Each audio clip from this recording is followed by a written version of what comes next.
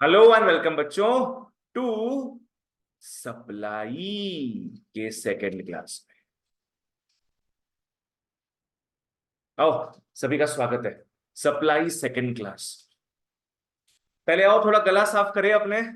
गला साफ as in किसका डेफिनेशन रिवाइज करेंगे? सप्लाई का। आ जाओ। Supply of a commodity refers to quantity of a commodity that a firm is willing and able to offer for sale at different prices during a particular time period। बहुत बढ़िया। Supply कैसा variable है? Stock की flow? Flow variable है। Very good. Stock और supply का differences अपने देखे थे। स्टॉक याद है क्या था? particular time, but Stock is the fixed quantity that is available with whom? With a firm at a point of time। चलो वापस से एक बार। Stock is the fixed quantity that is available with a firm at a point of time. उसके पास बना बनाया पड़ा हुआ है। वहीं अगर बात करें अपने सप्लाई का, उस हिसाब से सप्लाई में क्या होगा? Supply is the part of stock. Stock का एक पार्ट होता है which is brought into the market, which is brought out into the market for sale. ठीक है ना? मार्केट में लाया जाता है उसको फॉर सेल। क्या वो सोल्ड हो चुका होता है क्या? जरूरी नहीं है ना? बस मार्केट में लाया जाता है। नेक्स्ट हम लोग जो मेन चीज देखे थे कल, जिसका आज बात करना है। ए यार उस नीचे मत देखो, हल ठीक करते करते नीचे देख। ऐसे नहीं होता देखने के लिए। Determinants of supply. कितने डिटर्मिनेंट्स थे? 11। तरीका याद है कैसे बताए थे? बोलो। 3P plus 40 plus 2G plus mean. बहुत बढ़िया। 3P में आते हैं price of commodity, price of related commodities, price of factors of production. खत्म। 3P खत्म। फोर्थ था T, techniques of production. Techniques of production. बाकी 2G था गवर्नमेंट पॉलिसी एक्ट में तो है ही, गोल्स ऑफ प्रोड्यूसर्स। चलो बहुत बढ़िया। और लास्ट में 5 आता है mean. M for means of transportation and communication. बोलो। M for means of transportation and communication. E for जो डिमांड में पड़ा हुआ है अपना, expectations about future prices. ME हो गया। A for agreement among the producers. Agree कर रहे सारे प्रोड्यूसर्स कि हम लूटेंगे कस्टमर्स को। MEA। N nature of industry and दूसरा एन नेचुरल फैक्टर्स। ठीक है ना? चलो ओके, आ जाओ स्टार्ट करते हैं। एक एक करके छन्नी छन्नी कर देंगे पूरा अपने डिटर्मिनेंट्स। आज अपने को डिटेल में बात करना है अबाउट ऑल द 11 डिटर्मिनेंट्स। सबसे पहला, प्राइस ऑफ कमोडिटी।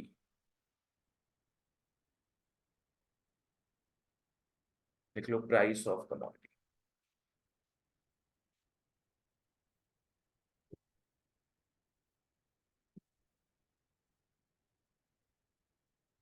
आओ, तुम लोग एक चीज समझना होगा यहां पे कि price of commodity has a direct relationship to the quantity supplied.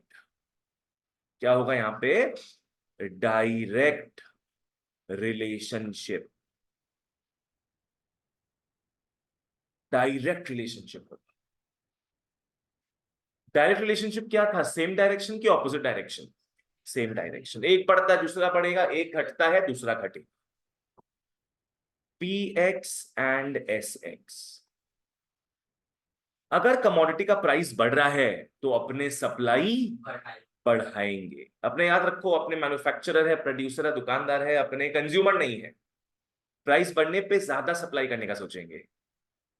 And price घटने पे, अगर टेम्पररीली प्राइस घट गया मान लो, तो हम लोग सप्लाई टेम्पररीली कम कर देंगे। ऐसा क्यों होता है वो मैं बताता हूं। एकदम पिक्टोरियली देखेंगे हम लोग। क्या दिख रहा है? ये लेज। ये लेज दिख रहा है। ₹10 का लेस है मान लो, ये इसका प्राइस हो गया, ये पूरा हाइट जो देख रहे हैं वो क्या हो गया, उसका प्राइस। पता है प्राइस कितनी चीजों से बना होता है? Price is made up of 2 parts. एक, हाँ, एक होता है कॉस्ट। Cost to whom? हाँ, कॉस्ट ऑफ प्रोडक्शन। मैन्युफैक्चरिंग का जो कॉस्ट पड़ता है, लेस को बनाने का जो खर्चा पड़ रहा है, वो कॉस्ट हो गया। क्या कॉस्ट टू कॉस्ट में बेचता है क्या लोग? नहीं, प्रॉफिट रख के बेचता है ना। मान लो ₹2 कॉस्ट पड़ रहा है, तो ₹8 प्रॉफिट रख के ₹10 का लेस बिक रहा है। समझ में आया? मान लो, जरूरी नहीं है वैसा। समझ में आया? पकड़ लो, कॉस्ट थोड़ा सा पार्ट है, प्रॉफिट ज्यादा पार्ट है, और दोनों को मिला के क्या है, प्राइस। इस पॉइंट में हम लोग क्या पढ़ रहे हैं? किसमें चेंज आ रहा है? प्राइस में चेंज आ रहा है। अपने याद है पढ़े थे ये चीज कि जो भी पॉइंट में चेंज आएगा, बाकी सारे पॉइंट सेम रहेंगे। अपने डिमांड में पढ़े थे ये चीज। यहां पे चेंज किस में आ रहा है? प्राइस ऑफ कमोडिटी में। मान लो प्राइस बढ़ के इतना हो गया, हाइट बढ़ रहा है कि घट रहा है? हाइट बढ़ रहा है ना। हाइट बढ़ रहा है मतलब प्राइस बढ़ गया, करेक्ट। कॉस्ट क्या रहेगा? सेम रहेगा। बोले ना बाकी सब चीज सेम रहता है, कॉस्ट मान लो सेम है, तो प्रॉफिट क्या हो जाएगा? प्रॉफिट बढ़ जाएगा ना। कॉस्ट तो सेम है, उसने प्राइस को बढ़ा दिया है, तो उसका प्रॉफिट बढ़ जा रहा है। अब प्रॉफिट ज्यादा कमाने की लालच में वो सप्लाई क्या करेगा? बढ़ा देगा, सप्लाई बढ़ा देगा। ठीक है ना। तो सप्लाई इसीलिए बढ़ जाता है जब यहां प्राइस क्या हो रहा है, प्राइस जब बढ़ जा रहा है। It is all just because of profit. Because profit बढ़ जाता है प्राइस के बढ़ने से, इसीलिए वो सप्लाई भी और करने का सोचता है। सर अगर कॉस्ट ऑफ प्रोडक्शन, उसका बात यहां नहीं कर, यहां पे दो चीजों को नहीं जोड़ेंगे हम। ठीक है, यहां पे बाकी सारा चीज कांस्टेंट रहता है। चलो बना लो इसको।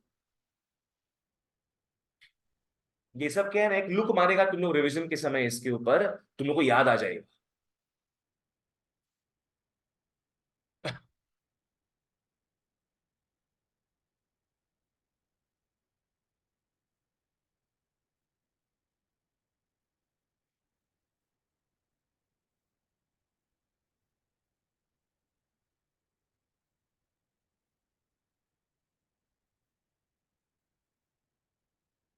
प्राइस बढ़ गया तो बेटा सप्लाई बढ़ गया।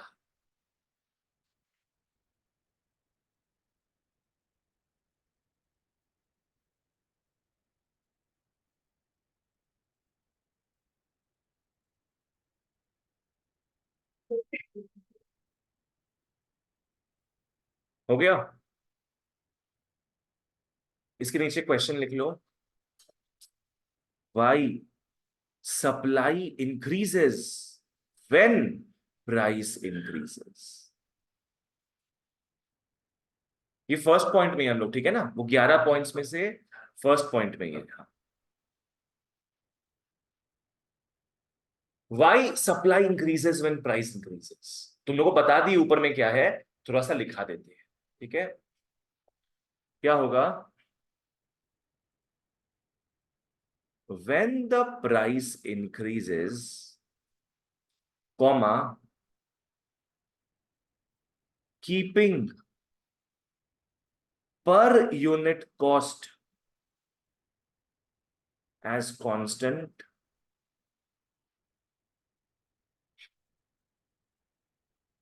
when the price increases, बच्चों कीपिंग व्हाट कांस्टेंट? पर यूनिट कॉस्ट। एक एक यूनिट ऑफ लेस का बात कर रहे हैं अगर अपने, तो एक एक यूनिट का कॉस्ट क्या है, same. Keeping per unit cost as constant, comma, diagram देख के क्या समझ में आ रहा है, क्या बढ़ रहा है? Profit increases. तो क्या लिखोगे? Keeping per unit cost as constant, comma, the per unit profit increases, full stop. ठीक है, the per unit profit increases, full stop. This motivates, this motivates the firm to supply more. Produce more से मतलब नहीं है, क्या पता है उसकी फैक्ट्री में ऑलरेडी बहुत आइटम्स प्रोड्यूस किया हुआ है, उससे मतलब नहीं है। क्या करना है उसको? सप्लाई करना, मार्केट में उतारना, है ना। This motivates the firm to supply, simple. तो प्राइस बढ़ेगा, सप्लाई बढ़ेगी। क्लियर है यहां तक? चलो नेक्स्ट आओ। What was the second point? Second point क्या था? Price of related commodities. आ जाओ बच्चों, सेकंड पॉइंट में लिख लो price of related commodities. Related में भी एक ही टाइप का कमोडिटीज देखेंगे हम लोग, substitutes.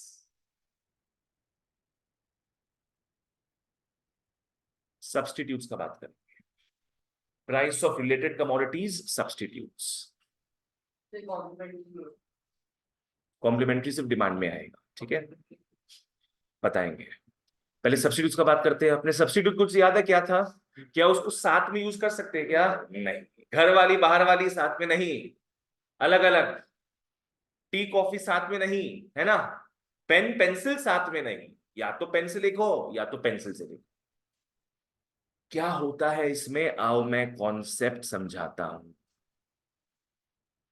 Think about your favourite Maggi. Maggi क्या बनाता है?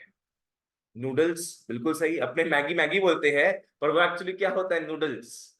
मैगी पास्ता भी बनाता है, ठीक है ना, पर ज्यादा पॉपुलर उसका आइटम कौन सा है? नूडल्स का। ठीक है, आ जाओ। तो मैगी का बात करते हैं, मैगी का बात करेंगे। मैगी बनाता है नूडल्स भी, एंड मैगी बनाता है पास्ता भी, ठीक है। लिखते जाओ लिखते जाओ इसको।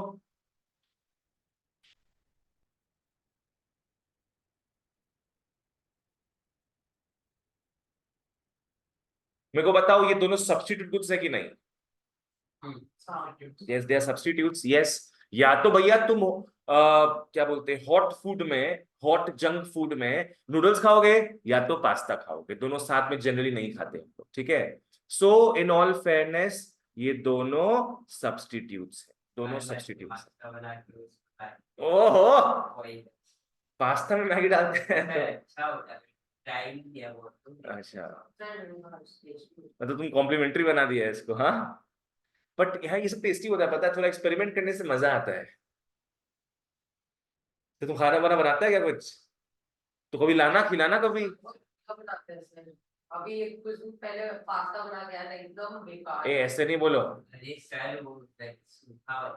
कभी लेके आना, हम भी खाएंगे। मेरे को मजा आता है, स्टूडेंट्स लोग बना के कुछ खिलाता है ना, बहुत अच्छा लगता है। एक 11 की लड़की मोमो बनाई थी, क्या चटनी बना था उसका। ठीक है, आओ। ओके, मैगी बनाता है नूडल्स एंड पास्ता, ज्यादा फोकस किस पे है? नूडल्स पे। अब मान लो मार्केट में पास्ता का प्राइस बढ़ रहा है, कोई भी कारण से मार्केट में पास्ता का प्राइस बढ़ रहा है, ठीक है। किसका प्राइस बढ़ा? पास्ता का। नूडल्स का मान लो प्राइस सेम है।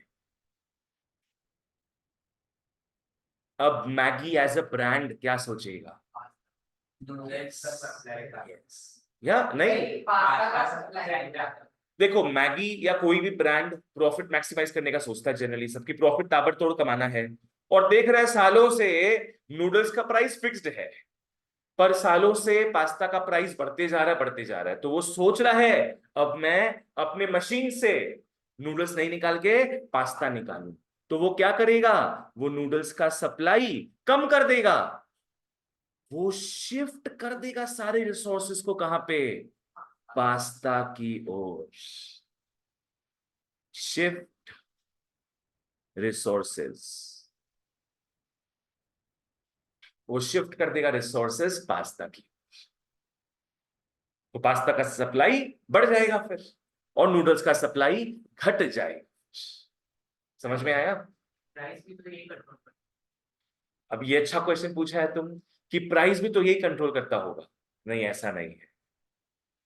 प्राइस कंट्रोल देखो, मार्केट में क्या है ना, प्राइस तुम सेट कर दोगे, पर क्या पता कोई खरीदे नहीं खरीदे उस प्राइस में, तो तुमको प्राइस कम करना ही पड़ेगा, है ना। तुम कंपटीशन को देखकर, तुम हर चीज को देखकर तुम्हारा प्राइसिंग सेट होता है, राइट। ये तुम लोग जानेगा क्लास 11 में, एक प्राइस मैकेनिज्म बोल के एक सिस्टम होता है, प्राइस मैकेनिज्म। हाँ तुमने 9 में देखा था क्या, और डिटेल में देखिएगा क्लास 11 में तुम लोग।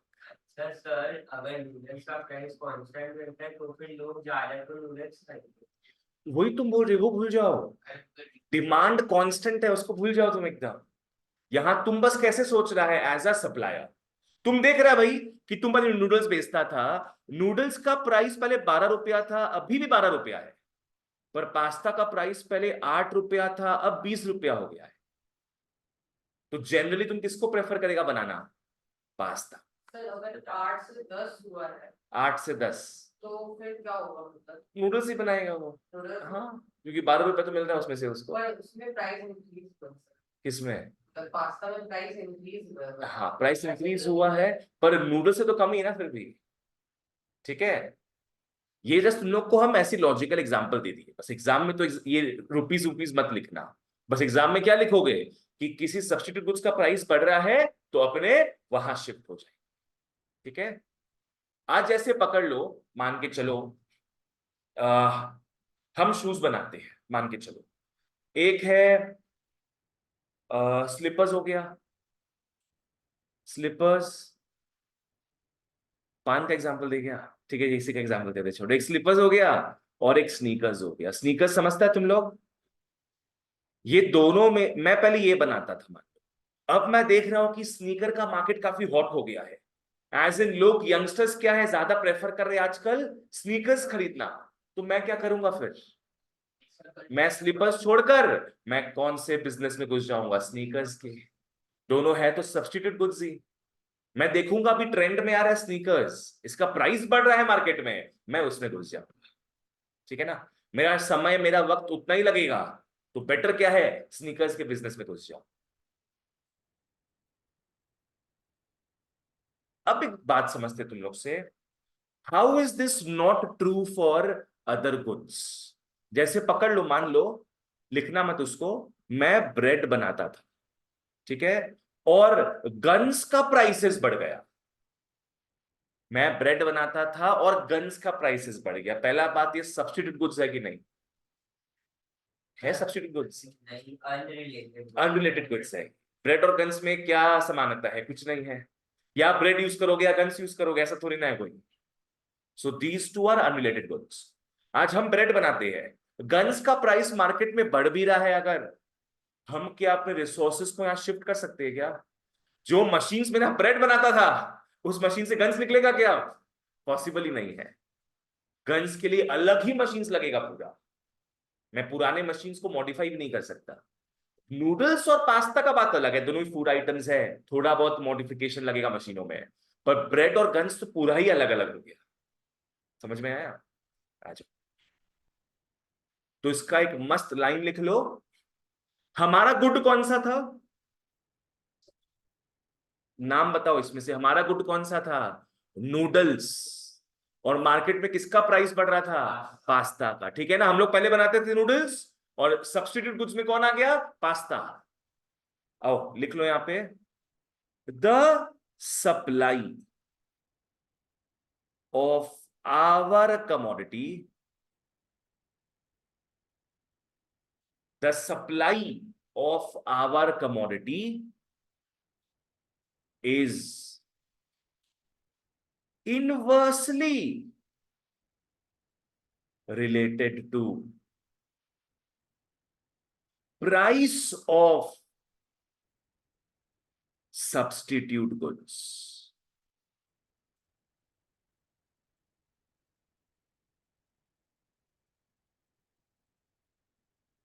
The supply of our commodity is inversely related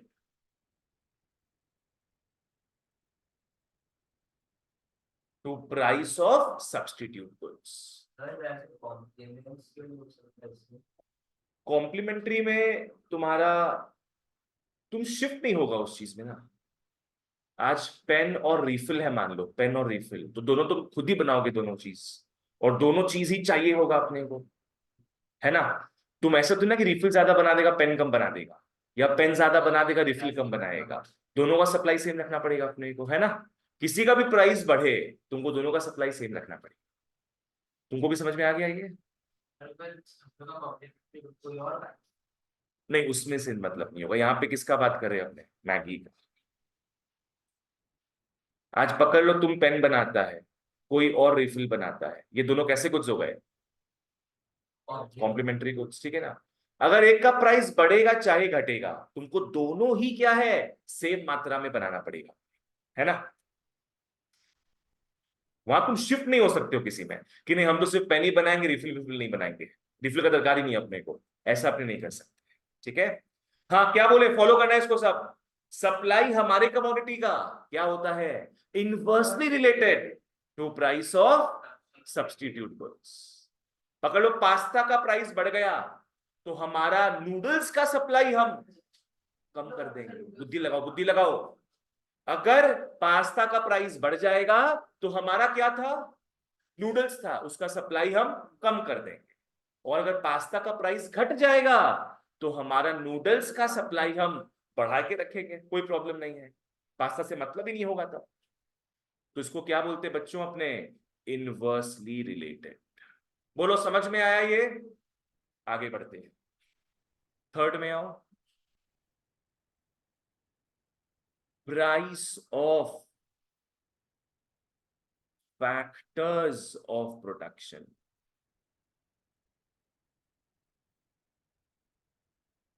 price of factors of production bracket में LLCE। Price of factors of production LLCE, land labour capital entrepreneur, ठीक है। ये अपने आगे देखेंगे भी क्लास 10 में, कोई प्रॉब्लम नहीं है। ये फैक्टर्स ऑफ प्रोडक्शन बच्चों कौन हायर करता है? फर्म हायर करेगी, फर्म हायर कर लेगा, ठीक है। देखो, फर्म और प्रोड्यूसर में थोड़ा हल्का सा डिफरेंस है, हालांकि मानते सेम है पर हल्का सा डिफरेंस होता है। It's like the difference between Adarsh Nopani and AD&C। AD&C क्या है, एक फर्म है, पर आदर्श नोपानी क्या होगा, प्रोड्यूसर हो सकता है। समझ में आ रहा है? फर्म इज एन ऑर्गेनाइजेशन, ठीक है। AD&C एक फर्म है, ऑर्गेनाइजेशन, पर उसका जो ओनर होता है वो प्रोड्यूसर हो गया, एंटरप्रेन्योर हो गया, जैसे हम हो गए। तो मोटा मोटी दोनों अलग रहता है। समझ में आया? आ जाओ। Price of factors of production में सबसे इंपॉर्टेंट लाइन है, ट्रीट इट एज कॉस्ट। तुम याद रखो, तुम फर्म हो, तुम सामान बनाते हो, ठीक है ना। तुम्हारे लिए फैक्टर्स ऑफ प्रोडक्शन क्या होगा, कॉस्ट हो जाएगा। तुम रॉ मटेरियल्स खरीदते हो, अगर रॉ मटेरियल्स ही महंगे हो गए, तुम्हारा कॉस्ट बढ़ेगा कि घटेगा? बढ़ेगा। तुम्हारे यहाँ लेबर्स काम करते हैं, वो ज्यादा पगार मांग रहे, ज्यादा सैलरी मांग रहे हैं, तो दोगे सारा सैलरी, तो तुम्हारा कॉस्ट क्या है, बढ़ जाएगा। समझ में आया? कॉस्ट बढ़ जाएगा। आज पकड़ लो, हमारे यहाँ का रेंट बढ़ जाता है अगर, तो मेरा कॉस्ट बढ़ा कि नहीं? कॉस्ट बढ़ गया, तो बच्चों का फीस बढ़ाएंगे। समझ में आ रहा क्या चीज है ये? अब इसमें देखना क्या है, एकदम एग्जाम्पल के थ्रू बताएंगे, मस्त। सेम सेम वही चीज है। ये पूरा क्या है, लेस है, और ये पूरा इसका प्राइस हो गया, ठीक है। वही दो पार्ट रहेगा, cost and profit.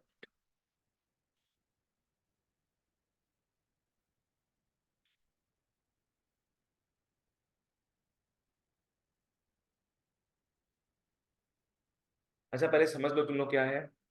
Factors of production को अपने हायर किए हैं हम लोग को, उनको क्या देना पड़ेगा पता है?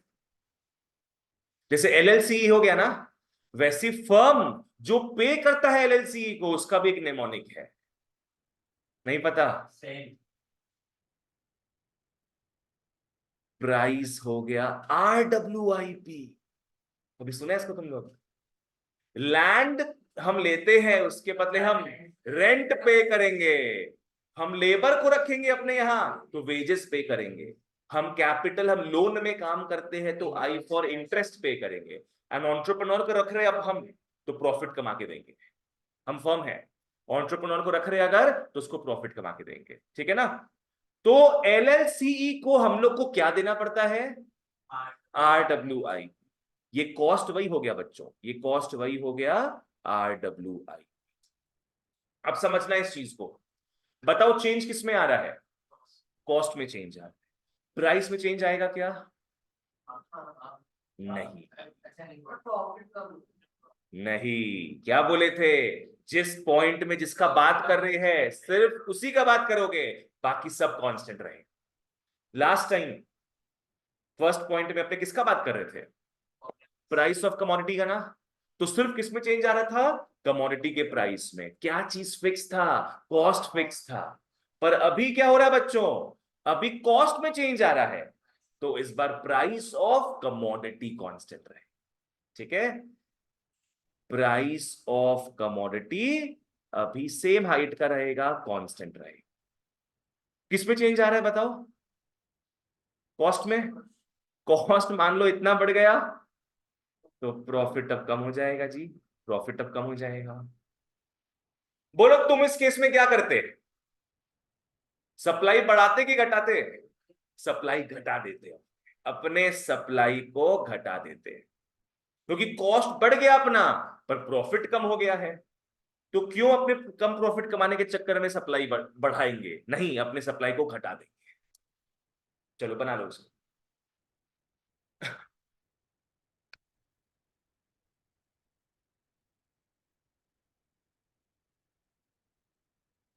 Price of factors of production, treat it as cost. Who will treat this as cost? Firm. Firm है ना, फर्म के लिए तो कॉस्ट चाहिए। अगर कॉस्ट बढ़ता है मान लो, तो प्रॉफिट दिख रहा है कि कम हो रहा है, कीपिंग प्राइस कांस्टेंट, तो वो सप्लाई कम करेगा। तो कहने का मतलब है बच्चों, प्राइस, एफओपी और एसएक्स। प्राइस एफओपी समझ में आ गया, price of factors of production, और एसएक्स मतलब supply of our commodity x. चलो आओ, अगर फैक्टर्स ऑफ प्रोडक्शन का प्राइस बढ़ता है, सप्लाई क्या करेंगे हम? घटा देंगे। फैक्टर्स ऑफ प्रोडक्शन का प्राइस बढ़ता है मतलब कॉस्ट बढ़ रहा है, तो सप्लाई हम कम कर देंगे। क्या विनायक समझ में आ रहा है कि नहीं? और प्राइस अगर कम हो जाता है एफओपीज का, मतलब क्या? हमारा कॉस्ट कम लग रहा है अब, तो हम सप्लाई को बढ़ा देंगे।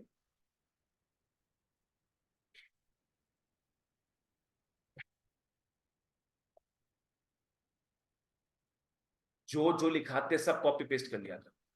ठीक है, कैसा रिलेशनशिप दिख रहा है अपने को? डायरेक्ट की इनवर्स? इनवर्स।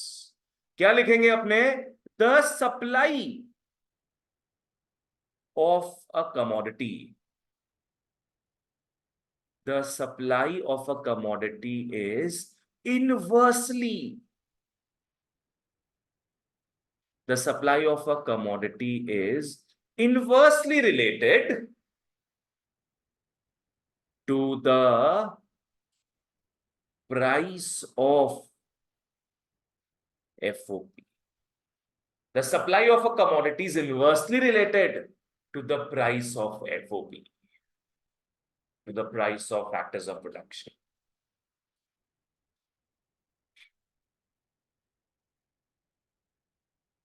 बोलो क्लियर है? चलो कॉपी को घुमाओ अपना, सब लोग कॉपी को घुमाओ। आपने क्या कंप्लीट कर लिया अभी तक? 3P कंप्लीट कर लिया। ठीक है, मेरे को बताओ, प्राइस ऑफ अपना कमोडिटी बढ़ता है अगर, तो सप्लाई क्या होगा? सप्लाई बढ़े। ठीक है, चलो बहुत बढ़िया। प्राइस अगर सब्स्टिट्यूट गुड्स का बढ़ रहा है, तो हमारे गुड का सप्लाई क्या होगा? घटेगा, शिफ्ट हो जाए। एग्जाम्पल सोचना वही, पास्ता एंड नूडल्स, कि भाई पास्ता सब्स्टिट्यूट गुड्स था हमारे नूडल्स का, तो सब्स्टिट्यूट गुड्स मतलब पास्ता का प्राइस अगर बढ़ता है, तो हमारे गुड का सप्लाई कम हो जाएगा, because we will shift now to pasta. ठीक है, नेक्स्ट, अगर प्राइस ऑफ एफओपी घटता है, सप्लाई बढ़ जाएगी। हाँ जी। क्यों क्यों ऐसा होता है? क्योंकि cost loss होता है। Yes, because price of FOP is nothing but the cost of production। ठीक है, इसका मतलब कॉस्ट घट रहा है, प्रॉफिट बढ़ेगा, सप्लाई बढ़ा देंगे। ठीक है, चलो बढ़िया। प्रणव समझ में आया? नेक्स्ट पॉइंट में आ जाओ। चलो, क्या पॉइंट था नेक्स्ट? Techniques of production. क्या बारिश वापस से स्टार्ट हो गया है क्या? आवाज स्टार्ट आ रहा है ना? Techniques of production, techniques of production.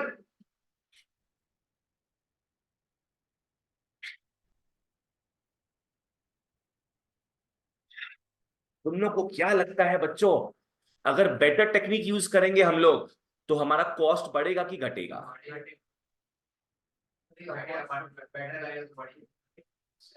घटेगा कॉस्ट। अच्छा मैंने efficiently use कर ली। आज पकड़ लो एसी है, ये एसी मेरा पकड़ो 5 स्टार एसी होगा पता नहीं, तो 5 स्टार एसी अपग्रेडेड टेक्नोलॉजी की डिग्रेडेड टेक्नोलॉजी है? अपग्रेडेड है।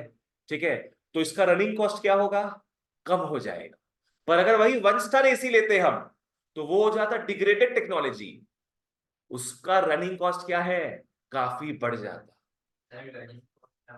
माने बिजली का खर्चा, जितना ज्यादा स्टार का एसी होता है उतना रनिंग खर्चा, इलेक्ट्रिसिटी बिल कम आता है। ठीक है ना? आज ऐसे पकड़ लो, मान लो पहले मैं एक मशीन यूज करता था, ए नाम का मशीन। ठीक है ना? बहुत ही आउटडेटेड था, बहुत ही ओल्ड फैशन था। एक एक घंटे में ये सिर्फ 10 पेंसिल बना पाता था, 10 पेंसिल पर आर। ठीक है, अब मैं एक नया मशीन बी खरीदा जो कि 500 पेंसिल बना पाता है पर। टेक्नोलॉजी अपग्रेड हुआ कि डिग्रेड? अपग्रेड हो गया। घंटा वही है, 1 घंटा की बात कर रहे हैं अपने, पर पहले 1 घंटा में सिर्फ 10 पेंसिल बनता था, अभी 1 घंटा में 500 पेंसिल बन रहा है। तो मेरा जो 1 1 घंटा का कॉस्ट है वो तो कम हो जाएगा ना? 1 1 घंटा का कॉस्ट तो कम हो जाएगा मेरा। तो पर कैपिटल तो उसका तो कम लगेगा और उसमें ज्यादा। ये भी तुम सही बोल रहा है कि भाई अपने नया मशीन खरीद रहे हैं, एडवांस मशीन खरीद रहे हैं, तो एक बार का मशीन का खर्चा तो बहुत ज्यादा लग रहा होगा, वो कॉस्ट में नहीं आएगा। आज पकड़ लो ये मशीन था 1 लाख का, पकड़ लो ये मशीन था 1 लाख का, मैं नया मशीन ले रहा हूं जो 10 लाख का है। ह्यूज है ना, बहुत रुपया लग गया इसमें। तुम लोग सोचते हो ये कॉस्ट है, पर नहीं। इसको अपने इसको अपने इकोनॉमिक्स में इन्वेस्टमेंट बोलते हैं। बोलो क्या बोलेंगे? Investment. This is not cost, this is investment. ठीक है ना? प्रणव क्लियर? सो यहां जितना ही रुपया लगे उससे अपने को मतलब नहीं है, वो इन्वेस्टमेंट में आ जाएगा। पर रनिंग खर्चा जो है बनाने का, एक एक पेंसिल को बनाने का जो कॉस्ट है वो कम हो जाएगा। आज पकड़ लो यहां मेरा कॉस्ट लगता था 1000 रुपया, मान लो अभी भी कॉस्ट लग रहा है मेरा 1000 रुपया, पर अगर डिवाइड करोगे ना, हाँ डिवाइड करोगे, तो एक एक पेंसिल बनाने में कितना रुपया लग रहा था मेरा? 100 रुपया लग रहा था, है ना? पर यहां पे एक एक पेंसिल बनाने में मेरा है 2 रुपया लग रहा है खाली। 5 कहां से? तुम लोग समझ रहे हैं क्या ह्यूज ह्यूज एडवांसमेंट है ये? 100 रुपया लग रहा था एक पेंसिल बनाने का, अब सिर्फ 2 रुपया लग रहा है। तो बोलो कॉस्ट कम हुआ कि नहीं? कॉस्ट कम। तो दिस इज द थिंग। इसको तुम लोग है ना ऐसे कॉन्सेप्ट लिख लो और कॉन्सेप्ट में पूरा चीज बना लो। जितना जो बताते ना ढंग से लिखा करो, एकदम एकदम माथा खोलो अपना। इसको कॉस्ट नहीं बोलते, ये होता है इन्वेस्टमेंट।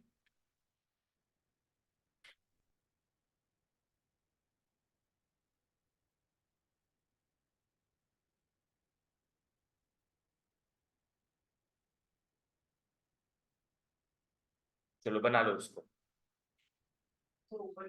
अपग्रेड, टेक्नोलॉजी अपना अपग्रेड हो गया ना?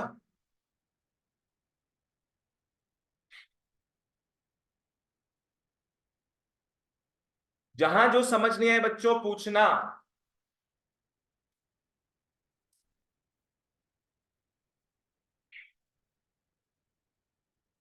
क्या वर्डिंग समझ नहीं आ रहा प्रणव?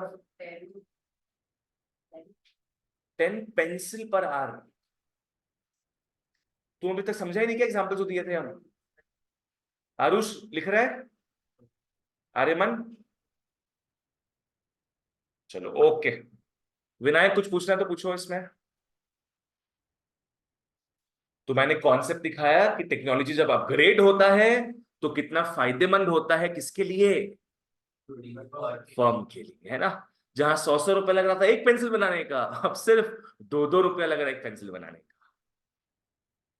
ठीक है, आओ अब अपनी रिलेशनशिप देखते हैं। आ जाओ। तुम लोग 3 कॉलम बना लो। 3 कॉलम मतलब बनाने का वैसे रिकॉर्ड नहीं है, बस हेडिंग्स लिख लो। Technique, cost, assets. Technique, cost, assets. Technique या तो हो सकता है अपग्रेड, टेक्निक या तो हो सकता है डिग्रेड।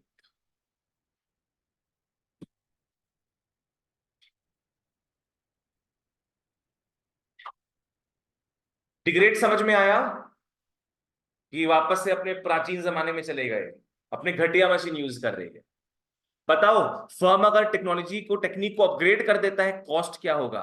कम हो जाएगा कॉस्ट। कॉस्ट कम होगा तो सप्लाई ज्यादा करेगा। क्यों सप्लाई ज्यादा करेगा? क्योंकि प्रॉफिट बढ़ गया उसका। और वही टेक्निक उसका डिग्रेड हो जाए, मतलब कॉस्ट बढ़ जाएगा, वो सप्लाई फिर कम करने का सोचे, कम करने का सोचे। तो ये हो गया इनवर्स, इनवर्स नहीं सॉरी, क्या हो जाएगा ये? Direct relationship.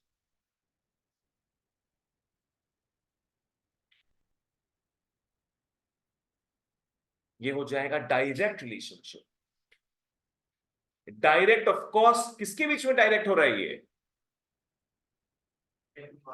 Technique and supply के बीच।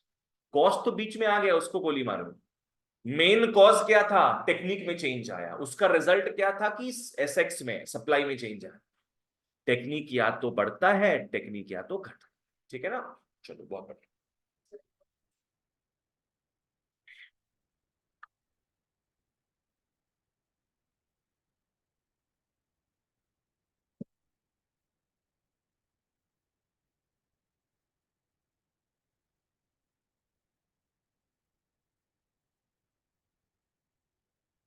सर आपका पहले स्टैंड।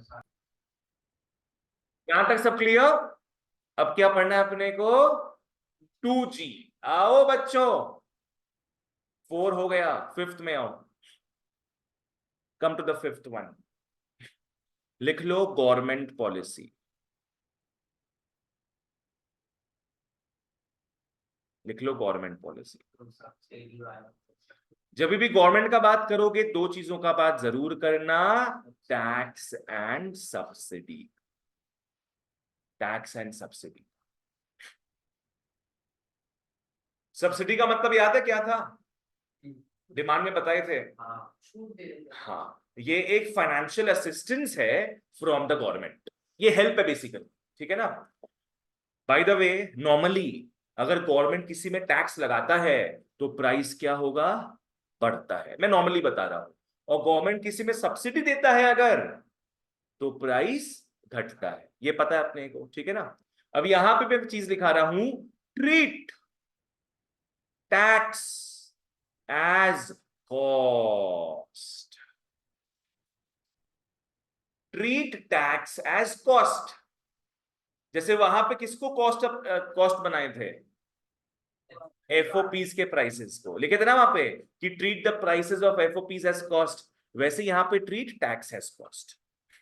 तो आ जाओ, अगर गवर्नमेंट टैक्स बढ़ाता है या सब्सिडी घटाता है बच्चों, क्या होगा सोचो? Price fixed. फिक्स्ड। कॉस्ट क्या होगा बोलना?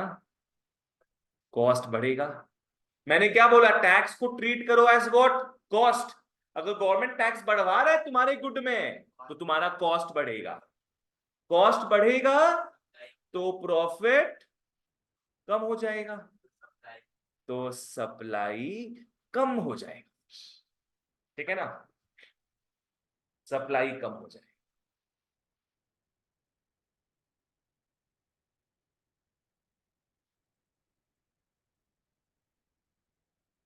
एग्जाम्पल में आओ, एग्जाम्पल सिगरेट्स, एग्जाम्पल सिगरेट्स, है ना। गवर्नमेंट पकड़ लो, सिगरेट में टैक्स क्या करता है जनरली, गवर्नमेंट बढ़ाता है कि घटाता है, बहुत बढ़ा देता है, टैक्सेस भयंकर बढ़ाता है गवर्नमेंट, किसके ऊपर, सिगरेट के ऊपर। तो सिगरेट वाले कंपनीज क्या करते हैं फिर, उसका सप्लाई कम कर देते हैं, बढ़ाते हैं सप्लाई कम कर देते हैं, तो बिकॉज उनको पता है कि टैक्स बढ़ रहा है, प्राइस बढ़ेगा, लोग कम खरीदेंगे, तो मैं सप्लाई थोड़ा कम ही कर देता। समझ में आया, आर्यमन क्लियर है। नेक्स्ट, इसका ऑपोजिट वर्जन क्या हो सकता है, टैक्स गवर्नमेंट घटाएगा या फिर सब्सिडी बढ़ाएगा, बात तो सेम ही है ना, टैक्स घटाएगा या तो सब्सिडी बढ़ाएगा, तो कॉस्ट घटेगा, प्रॉफिट बढ़ेगा, सप्लाई भी बढ़ा दी। Example EVs, good example Pranav, EVs. Government promote करना चाह रहा है, ईवीज को गवर्नमेंट प्रमोट करना चाह रहा है, तो वो टैक्सेस कम किया है उसमें और बहुत छूट दे रहा है, उस छूट का नाम है फेम सब्सिडी, कभी नेट में पढ़ना इस बारे में, छूट बहुत दे रहा है, ठीक है ना। तो मैन्युफैक्चरर के लिए बेसिकली कॉस्ट कम हो गया, प्रॉफिट बढ़ता हुआ दिख रहा है, वो सप्लाई ज्यादा करेगा, एकदम सिंपल कहानी है भैया। तो ये कौन सा पॉइंट अपना कंप्लीट होता है फिर, गवर्नमेंट पॉलिसी। चलो नेक्स्ट अपने आते हैं, जिससे इंडिविजुअल सप्लाई खत्म हो जाएगा, किसमें आएंगे बच्चों, गोल्स ऑफ प्रोड्यूसर्स।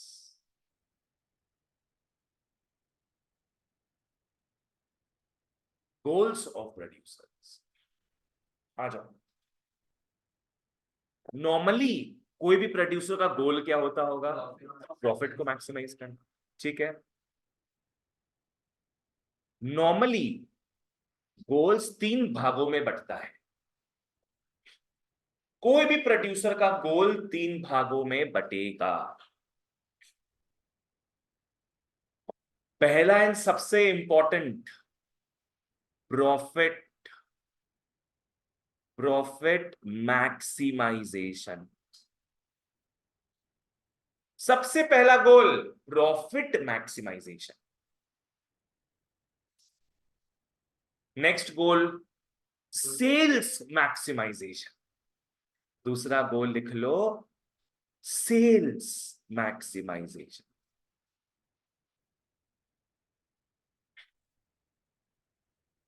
एक तरफ तुम्हारा एम रहेगा प्रॉफिट को मैक्सिमाइज करो, एक तरफ तुम्हारा एम रहेगा प्रॉफिट को नहीं, सेल्स को मैक्सिमाइज करो, दोनों में मैं डिफरेंस बताऊंगा। और लास्ट है रिस्क मिनिमाइजेशन। तुम जो गुडविल का बात कर रहा है आरुष, वो अपने सेल्स में देखेंगे, मैं बताऊंगा वो चीज, ठीक है। लास्ट वाला प्लीज रिस्क मैक्सिमाइजेशन मत बोलना, क्या होगा, रिस्क मिनिमाइजेशन। कभी भी एंटरप्रेन्योर जो है, बिजनेस ओनर जो है, कभी भी रिस्क को मैक्सिमाइज करने का नहीं सोचेगा, वो घटाने का सोचेगा, है ना। वो ऐसा कुछ नहीं, इंश्योरेंस करके रखेगा, वो ऐसा नहीं सोचेगा कि भाई मेरा तो गैस सिलेंडर का काम है, उसके पास ही मैं आग जलाऊंगा, हाँ हाथ में को विंटर आ गया है, घर में को ठंडा लग रहा है बहुत, सिलेंडर के पास ही मैं लंबा सा आग जला के अपना हाथ पांव बॉडी सेकूंगा, ऐसा कभी नहीं सोचेगा। वो बिल्डिंग जल जाएगा उसका। तो बोलो भैया क्या क्या गोल्स होता है प्रोड्यूसर्स का, profit maximisation, sales maximisation, risk minimisation. चलो ठीक है, प्रॉफिट मैक्सिमाइजेशन में फर्म ऑब्वियसली क्या सोचेगा, प्रॉफिट को, प्रॉफिट के बारे में सोचेगा कि मेरे को प्रॉफिट कमाना है, वो क्वांटिटी के बारे में नहीं सोचेगा। Think about this.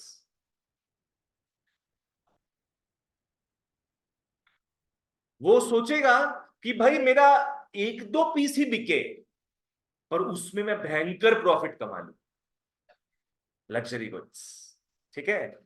Like I hope you guys have heard about Tata, Mahindra, Maruti, Rolls Royce. सुना है रोल्स रॉयस के बारे में? रोल्स रॉयस सेल्स मैक्सिमाइज करने का नहीं सोचता है, नहीं तो प्राइसेस को बहुत कम कर देता। वो सिर्फ सोचता किसके बारे में? प्रॉफिट मैक्सिमाइजेशन के बारे में। वो खुश है पूरा वर्ल्ड ओवर, अगर महीना में सिर्फ 2 गाड़ी भी बिक जाए, उसका सिर्फ 2 गाड़ी बिक जाए, वो खुश है। वो खुश है बिकॉज वो 2 गाड़ी बेचकर ही इतना कमा लेगा वो, बस नैया पार उसका। बोलो समझ में आ रहा है what I am trying to say? Watches की दुनिया में सबसे महंगा वॉच मान लो रोलेक्स होता है। यहाँ है ना क्वेस्ट मॉल, क्वेस्ट मॉल में रोलेक्स का शोरूम है। वहां कस्टमर्स नहीं दिखता। ऑफ कोर्स कैसे दिखेगा कस्टमर्स? वहां होता होगा कि महीना में या 2 हफ्ता में एक वॉच बिकता होगा और उसी में उन लोग खुश है। क्वांटिटी कम बिके और उसी में लोग इतना प्रॉफिट कमा लेगा ना, जितना चलता हुआ दुकान दिन का 50 वॉच भी बेच रहा होगा, वो उतना प्रॉफिट नहीं कमा पाए। समझ में आ रहा है मैं क्या बोल रहा हूं? तो प्रॉफिट मैक्सिमाइजेशन में बताओ, आदमी सोचता है किसके बारे में? प्रॉफिट के बारे में। वो किसके बारे में नहीं सोचता? क्वांटिटी सोल्ड के बारे में नहीं सोचता है। ठीक है। अब जैसे पकड़ लो सौरव गांगुली की बेटी, वो मेरी एक स्टूडेंट थी पहले, स्नेह धानुका, 3 साल पहले की स्टूडेंट थी। वो लोरेटो स्कूल में पढ़ती थी, उसी के स्कूल में पढ़ती थी सौरव गांगुली की बेटी। समझ में आ रहा है तुम लोग को? उसका 100 आया मैथ्स में, 12th में। अब हम ड्रीम करते थे ना, 11 में भी उसका 95 कुछ आया था मैथ्स में, तो हम सोचते थे भाई उसका 95 आया है और उसकी फ्रेंड कौन है? सौरव गांगुली की बेटी। हम सोचते थे क्या पता सौरव गांगुली की बेटी तक खबर पहुंच जाइए और उसके पापा मेरे को बोल दे कि आदर्श आप आके पढ़ाओ। ठीक है। क्या पता मेरे को महीना का वो 2 लाख रुपया क्या देते,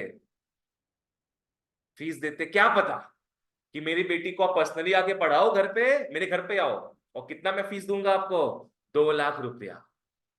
तो मैं क्या करता? मैं पकड़ लो यहाँ पे दिन में एक ही बैच लेता और पूरा समय मैं वही पढ़ा रहता। क्या मैं क्वांटिटी के बारे में सोच रहा था? नहीं, मैं क्या सोचता? प्रॉफिट के बारे में। एक ही स्टूडेंट हो पर अपने हाथ 2 लाख रुपए आ जाए। महीना में 8 क्लास देंगे, 2 लाख रुपए आ जाए। Getting me what I am trying to say? Profit maximisation में कभी भी क्वांटिटी के बारे में नहीं सोचते, अपने प्रॉफिट के बारे में सोचते हैं।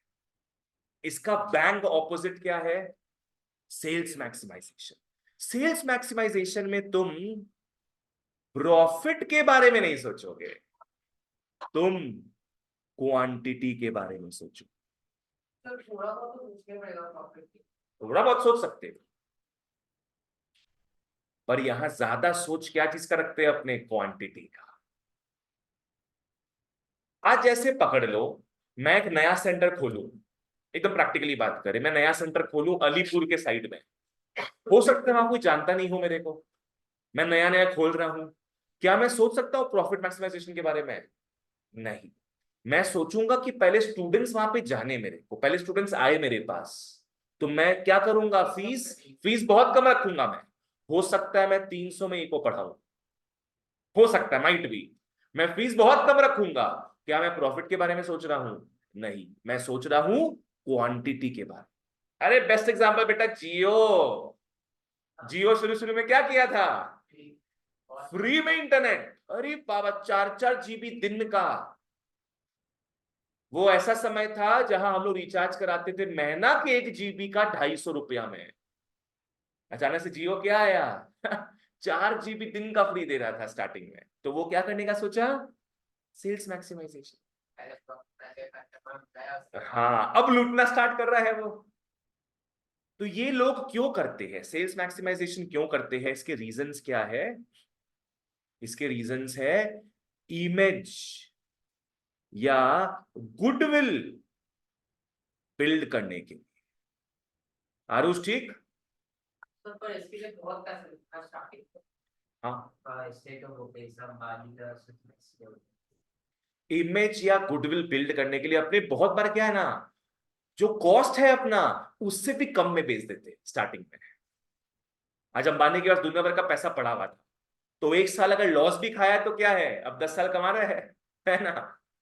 तो ये लोग करते हैं इमेज या गुडविल बिल्ड करने के लिए, और एक और खतरनाक अप्रोच के लिए भी करते हैं, to dominate the market, to dominate the market. जैसे हमारे अंबानी भाई साहब ने सोचा, पहले एयरसेल था, डोकोमो था, कितना कुछ था पहले, यूनिनॉर, रिलायंस, सबको हटा दिया। तो क्या किया वो आके, डोमिनेट द मार्केट। ठीक है, लास्ट है जो एंटरप्रेन्योर्स जाली होते हैं। Entrepreneurs by definition should take risks, नहीं तो वो एंटरप्रेन्योर का एक फिर, है ना। ये एंटरप्रेन्योर जाली एंटरप्रेन्योर होते हैं, ये सिर्फ सोचते हैं रिस्क मिनिमाइज करने का। इसका भी एग्जांपल देते हैं, पुचका वाले का। नॉर्मली पुचका वाला क्या है, क्या रख के रखते हैं अपने पास, ठेला में भर भर के रखता है ना पुचका। पर एक ऐसा पुचका वाला है मान लो जिसको डर लगता है, उसको लगता है मेरा पुचका बिकेगा नहीं, तो वो अपने पास पुचका का स्टॉक नहीं रख रहा है। जैसी कस्टमर आ रहा है ना, जैसी कस्टमर आ रहा है वैसी सामने पुचके का दुकान है, वहां से एक एक पैकेट पुचका खरीद के ला रहा है कि भाई भाई 10 रुपया पकड़, 10 रुपया पकड़, मेरे यहाँ कस्टमर आए, मेरे को पुचका का एक पैकेट दे दे। तो पैकेट ला रहा है पुचका का, उसमें 15-20 पुचका का पीसेस होगा, तब वो बना के कस्टमर को खिला रहा है। समझ रहे हो? तो यहां पे वो क्या करने का सोच रहा है, रिस्क को मिनिमाइज, राइट। ये हो सकते हैं ना कि वो मतलब फ्रेशली फिर बनाएगा। बना तो फ्रेशली रहा है, पर पुचका का स्टॉक तो रहता ही उसके पास। हाँ मतलब स्टॉक नहीं रखे वो, मतलब जैसे कस्टमर आ रहे हैं तो उसको तल के वैसे पुचका तल के थोड़ा देता हूँ कोई, पुचका तो बना बनाया आता ही है, उसका जो आउटर शेल है वो तो बना बनाया है। तुम जलेबी का बात कर रहे हैं क्या? पुचका तो बना बनाया आता ही है, तो समझ में आया। आज जैसे वड़ा पाव वाला है, पकड़ लो, वड़ा पाव अपने पास एक दिखा ना, पाव रखता है बहुत, पर बेटा वो पाव रख नहीं रहा है अपने पास। जैसे कोई कस्टमर आ रहा है कि 2 बड़ा पाव दीजिए, तो फटाफट वो दुकान में जा रहा है कि भाई भाई 10 रुपया पकड़, मेरे को पाव का 2 पीस दे दे, कस्टमर आए हैं, बड़ा पाव बना के देना है। तो इन लोग बताओ सप्लाई कम करता है कि ज्यादा? सप्लाई कम करता है। भाई जितना देर वो दुकान में जाएगा ना पाव लेने या पुचका लेने के लिए, उतना देर में कस्टमर देखो निकल जाएगा। तो इन लोग क्या रिस्क लेने का क्षमता नहीं रखते, इन लोगों को डर लगता है कि मैं अगर 100 पाव स्टॉक में रखूं अपने पास, मेरे पास कस्टमर नहीं आएगा तो सब खराब हो जाए। इसलिए इन लोग क्या है, स्टॉक नहीं रखते अपने पास। और अगर स्टॉक ही नहीं रखेंगे तो सप्लाई भी नहीं कर पाएंगे, कम कर पाएंगे, है ना। Because supply was already a part of what, stock. जब स्टॉक ही नहीं है इनके पास तो सप्लाई भी नहीं कर पाएंगे। बोलो समझ में आ रहा है क्या है? तो तुम लोग बताओ मेरे को, किसमें लगता है सप्लाई सबसे कम होता है? रिस्क मिनिमाइजेशन में सप्लाई सबसे कम होता है। ठीक है, प्रॉफिट मैक्सिमाइजेशन में सप्लाई बढ़ावा रहता है, पर सबसे बढ़ावा सेल्स मैक्सिमाइजेशन में सबसे बढ़ावा। लिख लो इसको सब।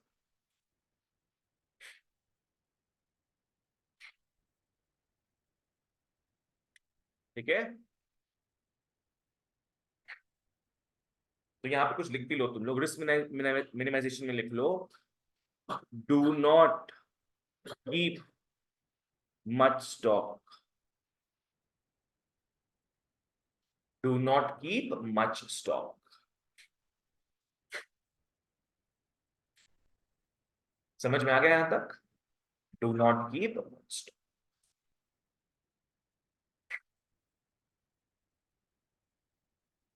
तो क्लास क्लियर था इसका?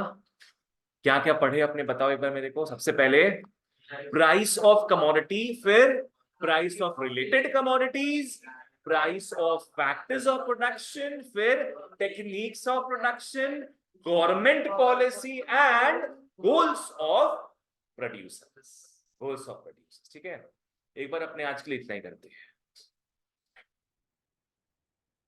आज प्रणव भी ऑनलाइन नहीं कर, प्रणय भी ऑनलाइन नहीं कर, इसको डोज लगाना पड़ेगा।